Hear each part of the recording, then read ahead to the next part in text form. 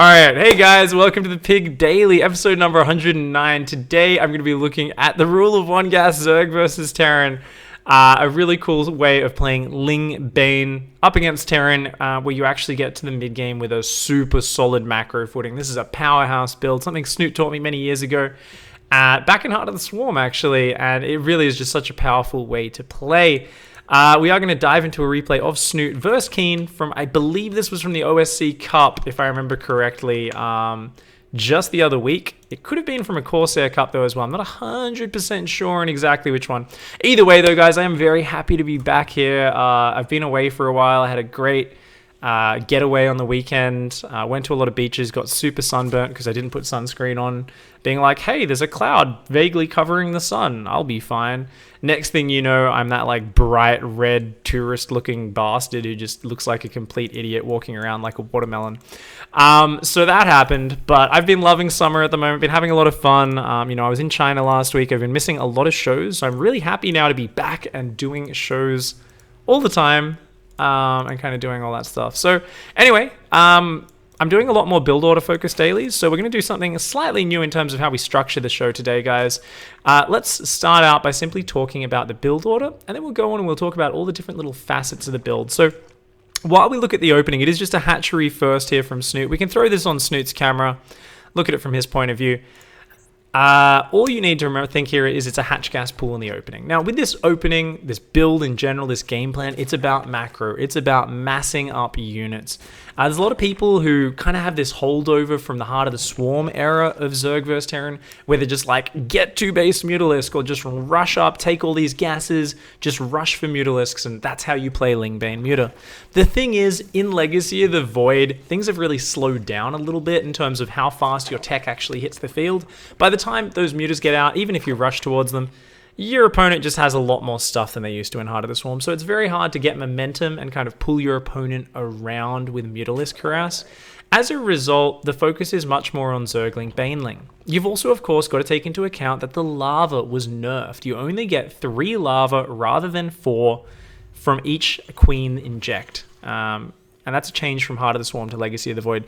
And that's why, even more important than it was in Heart of the Swarm, you need to get up lots and lots of hatcheries, or in the mid game when the Terran's pushing you with mines, pushing you with bio, you simply fall behind in production. So this build is perfect for rushing up to a sick mineral income in order to just kind of absorb anything your opponent can throw at you. You're just going to have sick production. You're going to be able to overwhelm your opponent with mass Ling-bane. So guys, back to the build order. It's hatch, gas, pool. So 17 hatch, 18 gas, 17 pool. You want to build 4 to 6 Zerglings when that pool finishes just to defend the Reaper. You want to pull 3 guys off gas, so pull them all off gas. When you get 100, start Zergling speed.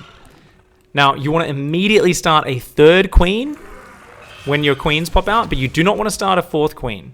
Notice Snute pulls this queen down, but he's actually just going to send that queen back into the main base to keep injecting there. So he's just going to focus on injects, no early creep tumor, just injects, injects, injects. Some of you guys familiar with how I used to do the rule of one gas, you're going to notice a few changes, but I do think the way Snute's been doing it recently is super solid and very powerful. So this is just a really great way to do things. If you've been doing it my way, don't be afraid. It's still a very good way to play it out. So anyway, you just keep droning like a madman. That's a pattern you're going to see with this build. You keep droning, and then around the time your Zergling speed finishes, 3 minutes 20, 3 minutes 30, that is when you move down, take your 3rd base. The moment that 3rd base goes down, put back on gas and start queen production out of both of your hatcheries. So notice a queen started up here. The moment Snute has minerals, he starts up a queen on his natural as well. And you'll notice he's got 16 drones on each base. So he's rushed up to saturating these 2 bases, but he's going to keep droning here. Now, if you want, you can just rally your hatcheries straight down to your 3rd, but the aim here is to fully saturate that 3rd base. You want to drone all these minerals up completely, 100%, even against a 2-1-1, which Snute's actually scouted the 2nd barracks timing with his Overlord this game. He knows it's a 2-1-1, and he's going to defend with just mass queen and a handful of Zerglings, and then he'll add more Zerglings out as the Marines are poking in. So notice these extra queens are going to spread 3 creep tumors. 1 in the main base to make sure he's got that completely covered so his queens can get in there to help defend, and 2 creep tumors at the front. After this, all of his queens are just going to save energy. New queens, as they pop out, are usually going to be dropping an inject and then joining up with his defensive force. So non-stop queen production from this moment, non-stop drone production. And you'll see here, as the third finishes, it's already fully saturated. 14 drones, there's 7 more drones on the way. And at about 4 minutes 45, about 80 supply, Snoot's going to drop a double Evo chamber. If you're playing at a lower level, the important thing here is to not rush these upgrades. Too many players rushing these upgrades, not having enough queens to defend, not having enough drones to make use of this fast third base. But Snute here, delaying those evolution chambers a little bit, and then dropping a nice fast baneling nest right around the time they finish, and he starts his 1-1 upgrades. So you can see at this point, he's pulled all the queens from his hatcheries because these extra 3 queens are going to be able to inject as they pop out. And he's got this big line of queens down the front. So he's just waiting to receive any sort of aggression. He's just going to block it with queens and zerglings. Notice his basically from about 4 minutes 30 was when he saturated his third base. And that was also when he started pumping zerglings. So if you want like a sort of benchmark to see how well you're doing with this opening, that's a really good one. And let's check out that queen count, guys. Generally with this build, you want to have 10 to 12 queens. So he's taking the queen out of the main. He will send one back up there soon enough. But he's got a queen on the natural, a queen on the third. No more queens in production right now. Some people like to mass queens and go super heavy on queens, but I wouldn't advise it for most of you guys out there. As the game goes on, they're just not as effective in direct engagements. Now we are reaching the most important part of the build, guys. It's called the rule of 1 gas. Why? Why is it called the rule of 1 gas? Well, it's because you stay on 1 gas this entire time. And you don't take these extra gases until after you've saturated all 3 bases. So let's go back just a little bit. And let's look at when Snute starts taking these gases. So notice he's kind of defending the drop. We're distracted by that. But what's he got? 19 drones on the third, 18 on the natural, main is on 16. So he knows that the moment he starts droning again, they don't have anywhere to go. So as soon as he starts droning, he's also going to drop all 5 gas geysers at once. And that's going to be a really fantastic move. So let's take a look at this. Let's find that moment. It's going to happen right now. So gases are starting to go down in the natural, in the main, and now in the third. Now what's really cool here, guys, is a little trick I'm going to talk about straight away. Whenever I used to coach people in this build, they'd take like a minute to take these gases. They just struggle with the basic task of build gas geysers, put drones on gas geysers while keeping up their economy because they're not used to taking 5 gases at once. So there's a little trick here, especially if you use camera hotkeys, this becomes a lot easier. This is something you guys want to focus on. So check this out. Might seem very niche, very minor, but this is actually really big. So you'll notice that earlier on, Snoot's hatcheries are all rallied down to his third. His main base, it was also rallied to his third just a little bit ago. Oh, maybe he swapped it back a little bit earlier. Anyway, he's ruining my point here. God damn it. Basically, normally your hatcheries are rallied to your third, right? Because you're rallying drones down here. What he's going to do as he takes these gases is he's going to go around his hatcheries. And we can watch on his camera. And he's actually going to reset those rally points to their own mineral line. And the idea behind that, here we go, it's going to happen now. And the idea behind that, notice he changed the rally point. We saw it just there. He just went to his natural and he went click on these minerals. Main, click on these minerals. And the idea here is because now he's droning, he wants the drones to automatically pop out on their own base. If he doesn't change that rally point, his drones are all going to rally to the third. He's going to end up with like 30 drones on the minerals here. He's going to need to put guys on gas, and then start running them from the third back to the natural, back to the main. Instead, his excess drones are popping out. So about 20 seconds, 30 seconds after he starts the gas, Snute can simply bounce between his bases, and we're going to see it on his camera here, and he's just going to go to the main base. So there we go. Goes to the natural first, throws guys on gas. Goes to the main, throws 3 guys on gas. Goes to the third, throws 3 guys on gas. And because he changed those rally points, here we go. He throws them on gas now. Because he changed those rally points, his bases are all pretty even. 13 on minerals, 13 on minerals, 16 on minerals. That's pretty great, right? Ideally, he'd have a few more drones on these bases, but he is having to build a lot of Zerglings to be safe, so he's just going to top off these bases in just a moment. But that's such a niche little thing, something which is so easy to miss for a lot of players out there. But that actually is such an efficient way to allow Snute to just keep droning. He doesn't want to waste his time doing... you guys know that maneuver everyone does where you build 3 drones and then you just click them on the gas? And then you've got like drones building in your main and they're running all the way to your third. And you've got drones building in your third and they're running all the way to your main. And you're just like, ugh, inefficiency. Ugh. It kind of grosses me out a little bit. Sometimes it's worth doing that. It's not the worst thing in the world, but this is the sickest way to do it. So that's cool. So this is basically the build. In terms of the Baneling Nest, like I said, you get that around the time the Evos finish. You can skip that 100% and delay it until a bit later. The one reason Snute gets this is because he's actually very paranoid about a potential Hellbat push combined with the 2-1-1. Something I did a daily on a while ago. It was a variation which Beyond started doing a lot. And, you know, it would catch out Zergs who were delaying the Baneling Nest too long when they were doing the same sort of opening that Snute's doing here. Of course, Snute, because he had no scouting at all, no Overlord speed, but he also wasn't really putting a lot of effort into scouting what Keen was doing behind this. He actually made 4 safety Banelings as well, and that's important because this is not something you normally want to do. Just making 4 Banelings when you've only been mining off 1 gas geyser in this early game is actually massive because that ends up delaying Snute's lair for a very long time. So check this out. He starts 1-1, starts the Baneling Nest. Normally, right around 6 minutes, 100 supply, somewhere around here, you want to be going for that lair. You want to be going, all right, let's get that lair started. And then as all these other gases kick in and really start giving you a massive boost of gas, you've suddenly got all this extra gas to get Baneling speed, 2-2, Spire, all that sort of shit, right? But what Snute actually does here instead is because he's a little bit paranoid about that Hellbat attack is he makes 4 Banelings. And because he's only mining from 1 gas, this actually delays his lair by what would be about 30 seconds. But it ends up being even more because then Keen's distracting him with this attack. And Snute's lair actually ends up very late. So that's a mistake this game. Lair only starts at about 6:30. As a result, his 1-1 is going to finish and his lair is not going to be done, which is going to slow down his 2-2. And since your upgrades already aren't super fast with this build, this is quite an issue. Delaying those upgrades a little bit because he then gets delayed by yet another attack. So even when the lair finishes right now, he doesn't start his 2-2 for a little while because he is distracted. But he snipes a few full medevacs, so not too bad, right? Not too bad at all. Yeah, so we're going to see those upgrades do get delayed quite a bit. But hey, that's about it, guys. So generally, you want to get a macro hatch and a 4th base as soon as you can afford it. Notice Snute starts these probably about 5:30, I would say. It always depends on the game. If you find yourself floating minerals, you just kind of grab them whenever.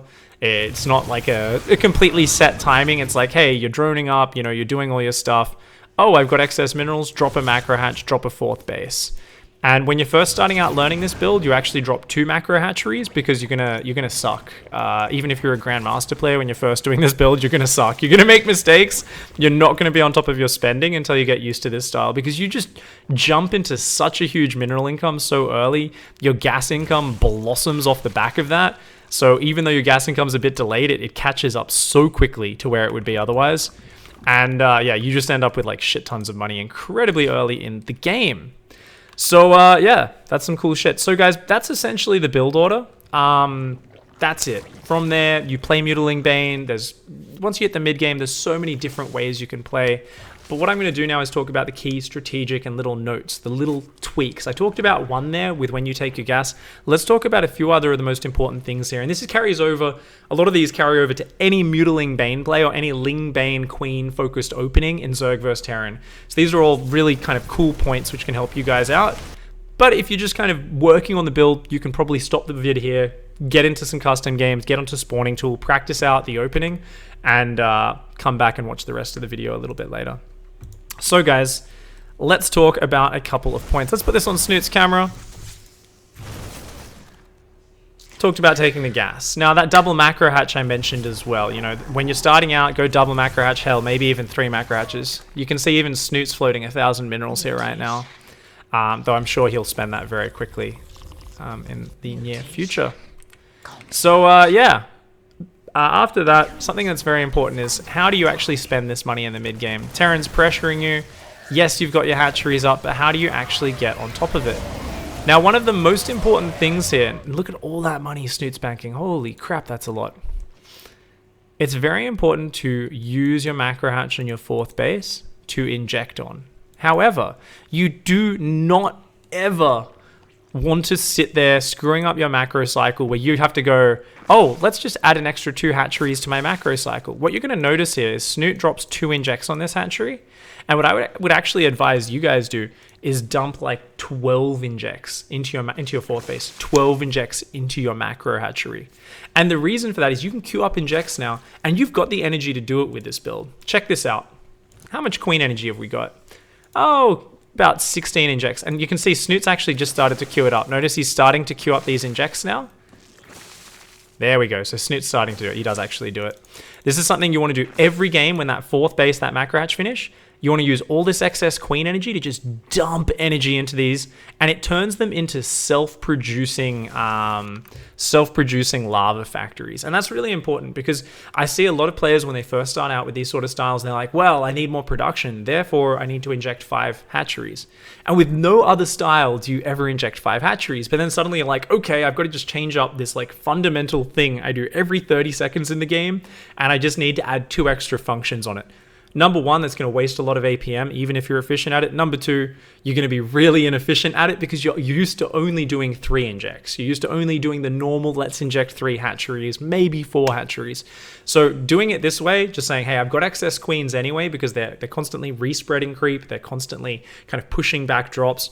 Hey, let's pull them back for 20 seconds, queue up a bunch of injects on these hatcheries, and then those hatcheries are just going to give you endless lava through the mid game. So that's actually one of these other subtle points, which is very important to keeping your money under control in Zerg vs Terran when you're doing Ling-bane play. So, other than that, what's the next point? Oh, creep spread, actually. Yeah, creep spread's really important. So, I see a lot of players build 27 creep tumors. They'll be like, oh, he killed my creep. I need to put 16 creep tumors down here.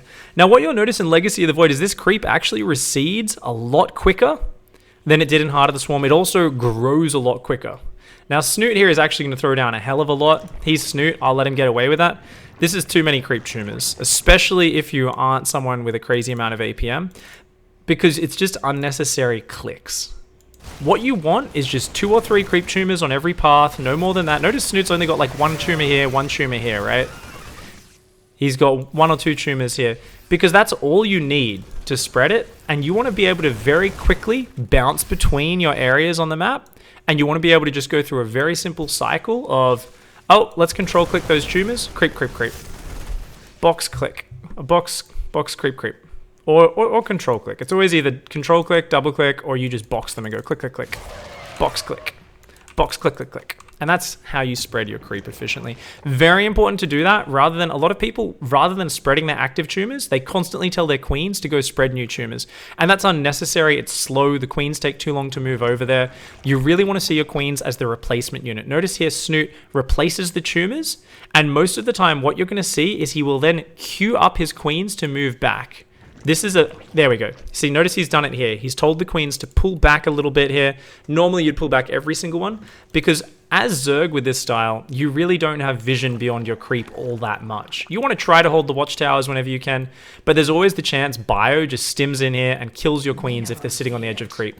Notice Snute, usually he's always going to say, oh, you cleared my creep here. He'll go shift creep, creep, creep, and then he'll click back to a safe area on his minimap. So the queens are automatically not sitting in an exposed area. You ever lose those queens, they take forever to reproduce. It costs a crazy amount of money.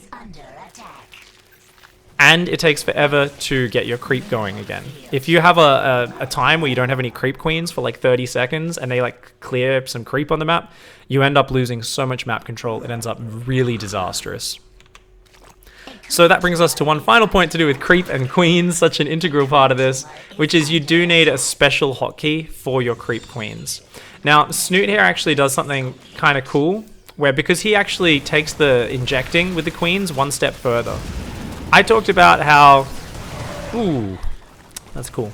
So anyway, I talked about how Snute, actually, how you should dump it on the macro hatch in the 4th base, Snute actually does something really cool, and he says, you know what? I dump and queue up injects on my main, natural, 3rd, 4th, and macro hatch. He actually queues them up on every single one. And that's what his excess of queens allows him to do. Notice he's pulled the queen out of his main, natural, and 3rd, and he said, you know what? I would rather have every single queen on the front right now. And I'd also rather put all my APM into the defense, into the fighting, into the counterattacks. So as a result, he's got every single queen on that creep defense hotkey right now, which is really cool. Most of the time, you'd have 3 queens still injecting off that hotkey, but Snute here, he said, you know what? I had a big enough window to queue up injects on these hatcheries, so they're going to produce on their own for a few minutes. I can afford to just take the queens away, have every single queen on the defense hotkey. And you can see here, every time the creep gets pushed back, he just selects his number 2 hotkey, creep, creep, creep, and then shift queues those queens to move back away from the edge. Really nice play from Snute.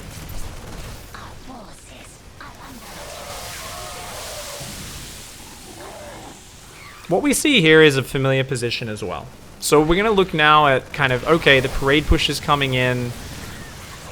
Keen's just kind of on the edge of creep, wanting to use these ramps, and Snute's kind of doing this back and forth dance. This is pretty advanced play. This is some, you know, pretty advanced stuff. If you're low APM, you can't really micro this well. Maybe you just want to do a little bit more kind of A move into the battle, and when you're moving in, just spread the Ling-bane at the front forward through the army. Like if Snute's going to A move here, he's going to box the units at the front and click them deeper into the army, because if he just A moves, all his units will clump up and the Widow Mines will just blow everything up. So he wants to drag the Widow Mine shots away from the units that are all coming in together. Another cool tactic you can do is just rolling in a small squad of Ling-bane like he did there. And this is great because it forces a big reaction from your opponent. They need to stem their whole army. They need to spread or micro. If they don't do that, good chance they're going to take really big damage. A lot of Marines will go down.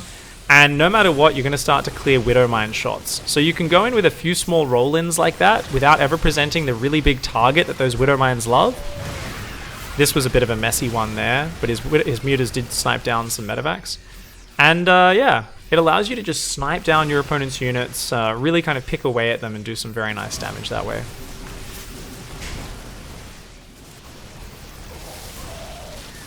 Anything to buy time, and really the APM is also such a big restraint here. Something you've got to keep in mind is that Terran's entire goal with this sort of style of play is to set up on the edge of creep, have a perfect pre-spread, have Widow Mines, units abusing choke points. So anything you can do as the Zerg player to pull your Terran opponent's attention away is always something which gives you a lot more freedom to keep on top of your macro, to get in that rhythm. Notice there's this real rhythm to Snute's play, where he's constantly spreading creep and he's constantly spending money. In a way, you're kind of battling your own mechanics a lot with this style, and that's kind of Zerg versus Terran in general, where it's a very mechanical matchup. You've got to keep spending, the fights are fast-paced, but a lot of the time you'll just grab a bunch of Ling-bane, click them into your opponent's force, simply to buy time and distract them, while you get on top of your macro, while you focus on other parts of your game. So there's a lot of that push and pull. Same thing with small Zergling counterattacks. Sometimes just clicking a few Banelings into your opponent's mineral line and not even microing it past that point, just kind of looking back at home, focusing on your macro can be very important. There's a lot of this posturing in terms of trying to pull your opponent's attention away from where they want to be looking at, and that can be super powerful. Something which you often do early on as well. Let's go back to the very early stage, and I want to talk about one thing here, which is if you ever force your opponent to lift up, there's a really cool trick you can do which does so much to relieve pressure. Now, if you ever force your opponent to lift, as we're about to see here, what you can do most of the time, he can't in this position, is just click on those medevacs with your Zerglings so that he can't unload. The Terran, whenever you force them to unload with a 2-1-1, this 2 medevac push, they will always pick up and then redrop just off the edge of creep and then come back in again. And it makes you nervous and it disrupts your macro. It's this way that Terran can keep you in check because he keeps this pressure. And if you're ever not watching, he stims in, kills 3 or 4 queens, and you go, far out, man.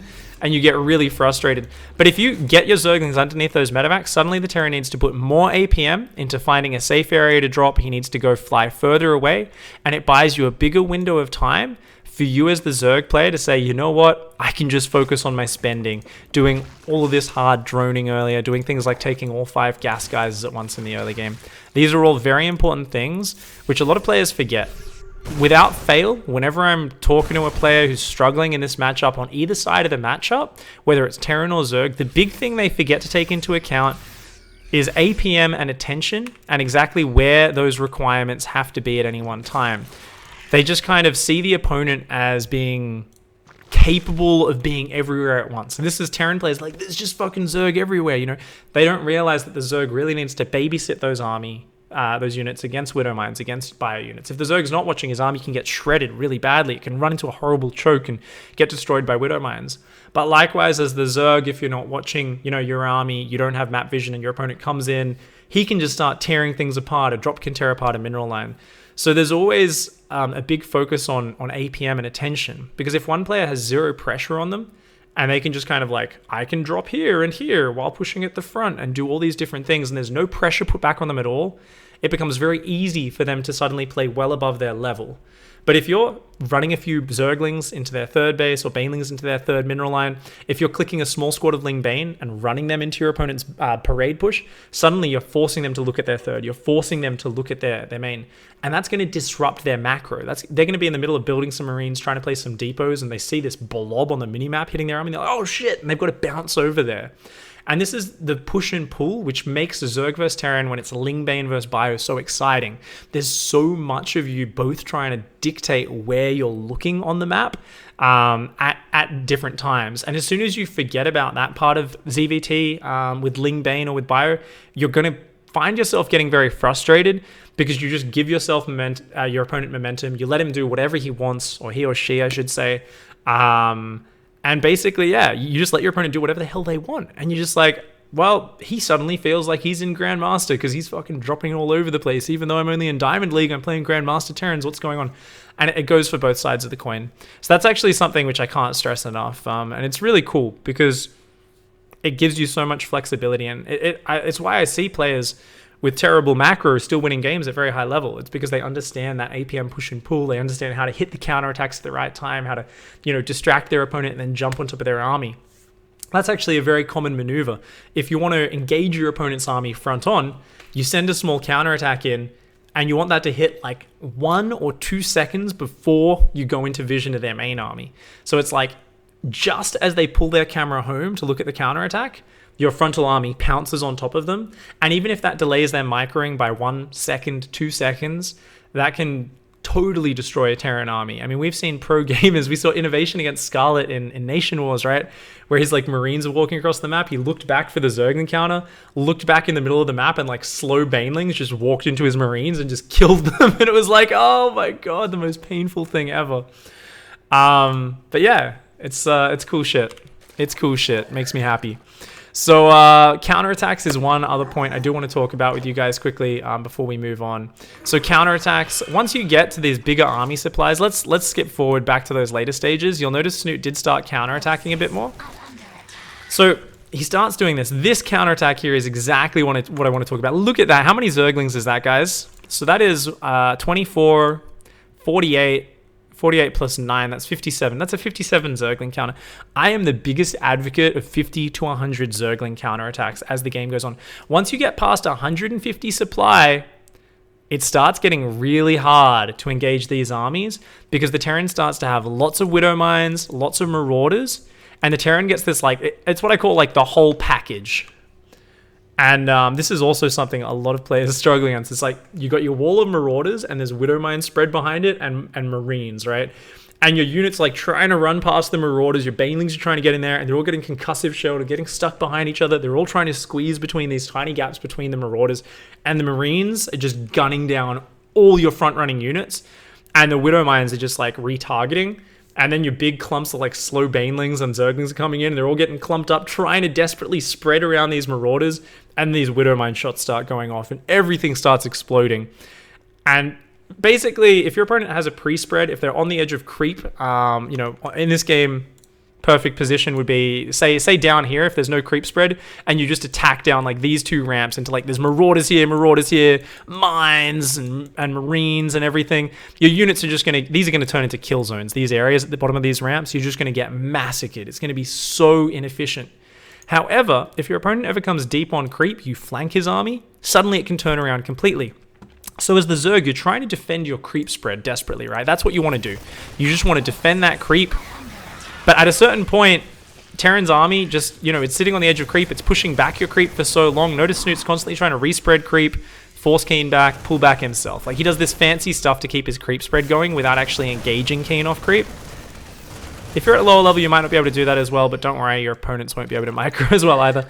But being able to send that counter attack like he did is such a big maneuver. It's something where you say, you know what, Terran's not committing, but as I get closer to max, these fights are going to get worse and worse for me. I need to find a different way to trade with my opponent to use mobility, because Terran's going to be trying to get everything set up on this one aggressive front. He really wants to force me to take a bad fight off creep.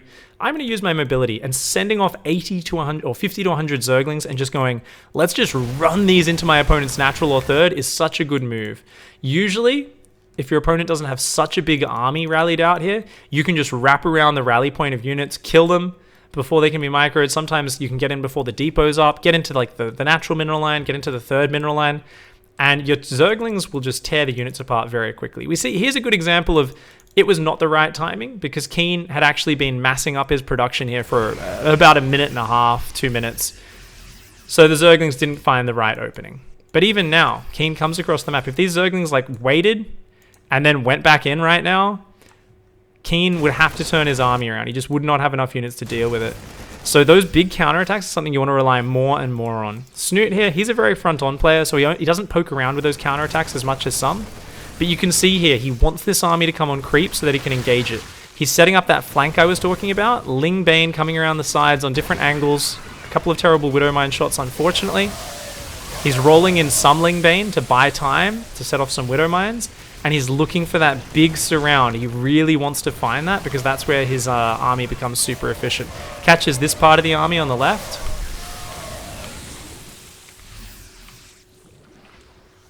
And each time he kind of, shuts down a bit of movement, he will be trying to respread that creep whenever he can.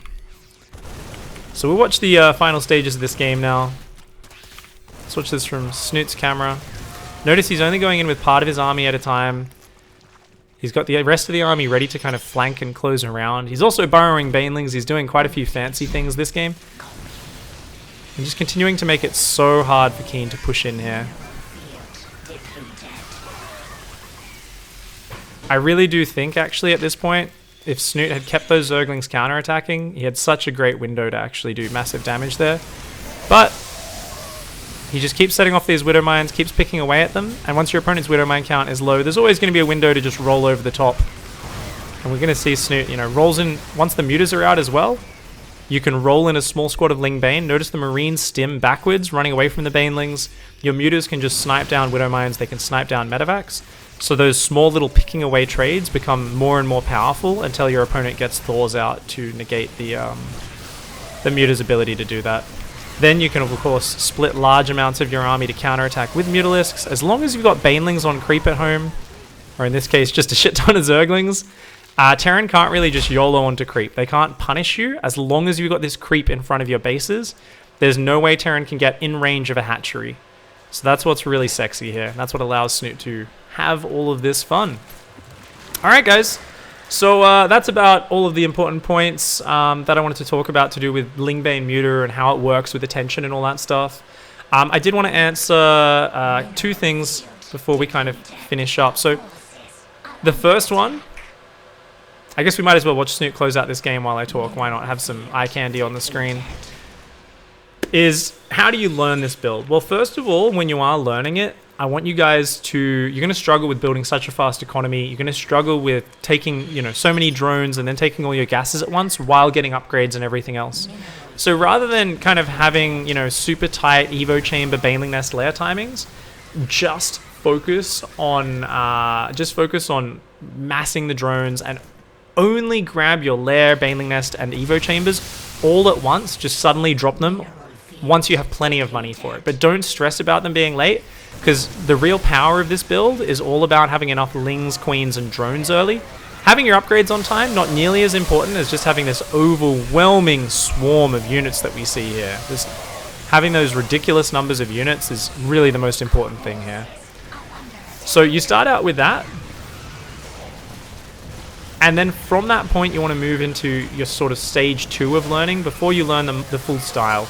Notice Snute, he didn't go to like a crazy high drone count in this game because he was under a lot of pressure. But in a lot of games, a Zerg player might go to 75, 80 drones, might head towards Hive and Ultras eventually off this. In this game, Snute never did that.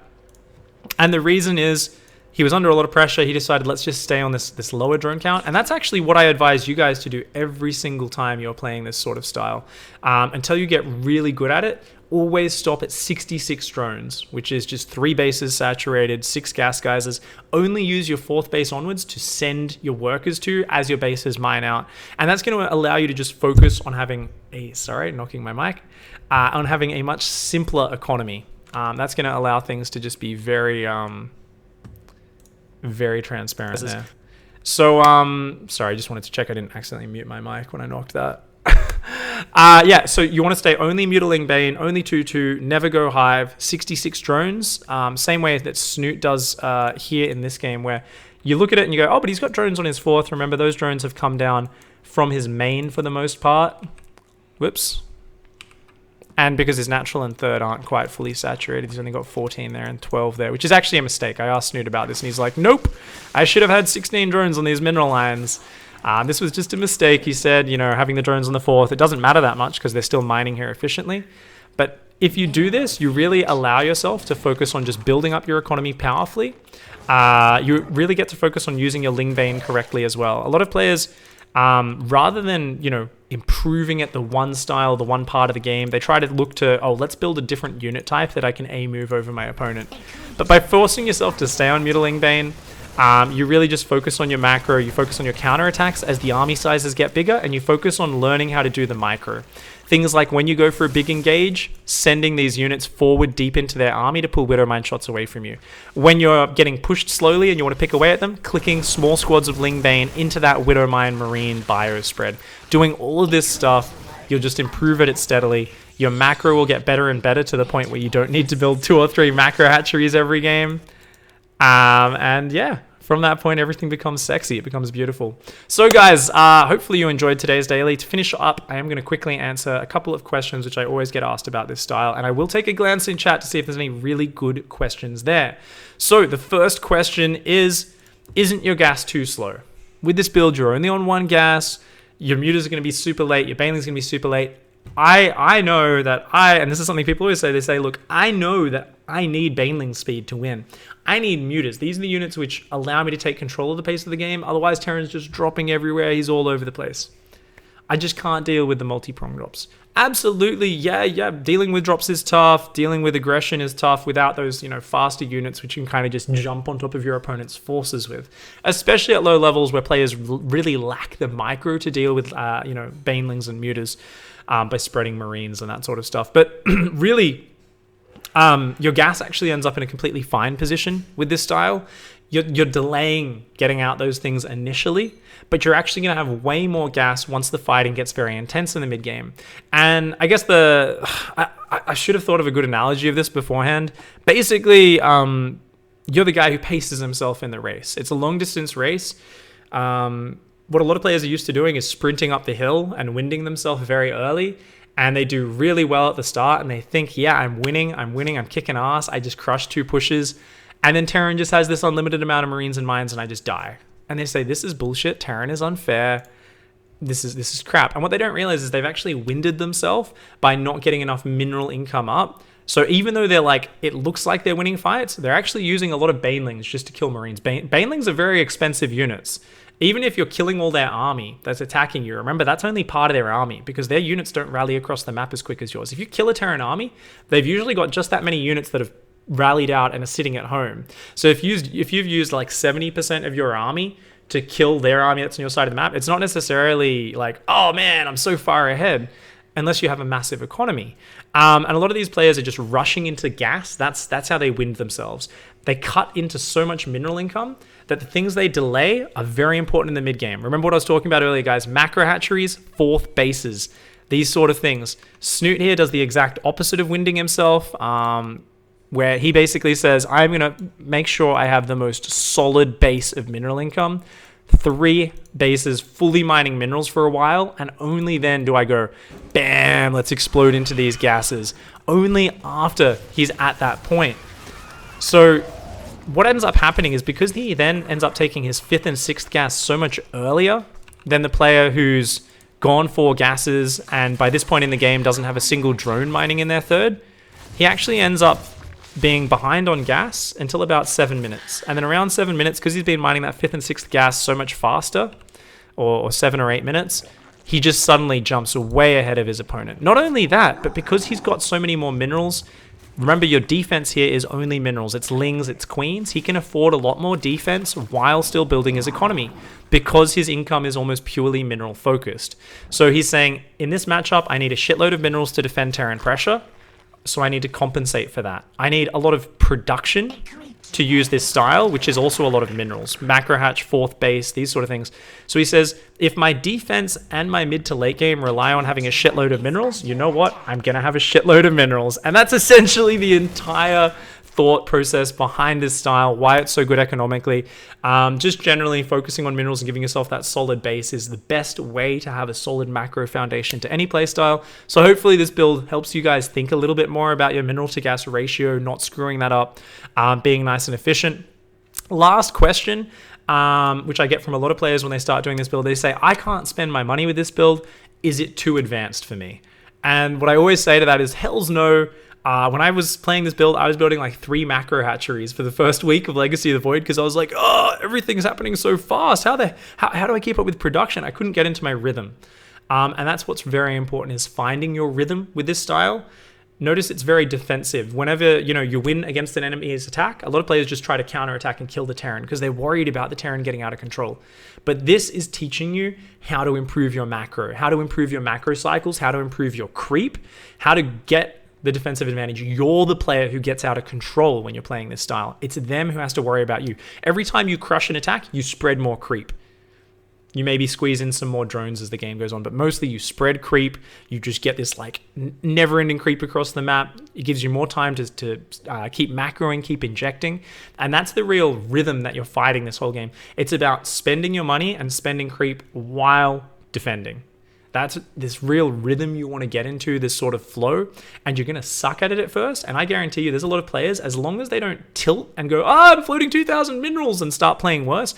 I've coached many players in Gold League, Platinum League, all sorts of leagues who will float 2,000 to 3,000 minerals throughout the entire game from 4 minutes onwards and will crush their opponents because they still have way more units than their opponents used to facing, even though they're still not quite on top of spending their money. But as time goes on, they get better and better at keeping that mineral count low, spending that money, and they just jump up in performance very quickly. All right, guys, so this was cool. I definitely blathered for a very long time. First show back, can't help talking a lot. Is this viable versus Protoss? At a low enough level, I'm sure you could make something like this work. I say low level, you could probably make it work at GM sometimes. Is it designed for Protoss, the aerobic throw? No, it's not. Because there are things like, Glaive Adepts, which do very well versus Zerglings, but Queens do okay against them. Could you make this opening work? You probably could, to an insanely high level. As all things in StarCraft, though, if you're playing at GM, like a high GM level, you're going to need to make adjustments. You're going to need to adjust things as you go. And pretty much at any level, you always need to be flexible. There's always things you need to adapt and change to. All right, guys. So thank you so much for hanging out. I'll answer a few questions in chat afterwards just for you guys who are watching live. Thank you guys for watching on YouTube. If you want to learn the build order yourself, go use the Spawning Tool app, which will actually overlay the build order into your game. I'm going to put that up right afterwards, so check it in the YouTube description below and the comments. There's going to be a link there, and you can actually download the app, start learning the build in that. Anyway, I'll be back tomorrow with yet another build. Going to do some more Protoss and Terran ones over the next few days, as I just did a couple Zerg ones. So thank you very much for hanging out, guys. Don't forget to hug a watermelon, kick a walrus, and of course punch a garden gnome to the moon. I'll catch you guys next time. Goodbye and good night.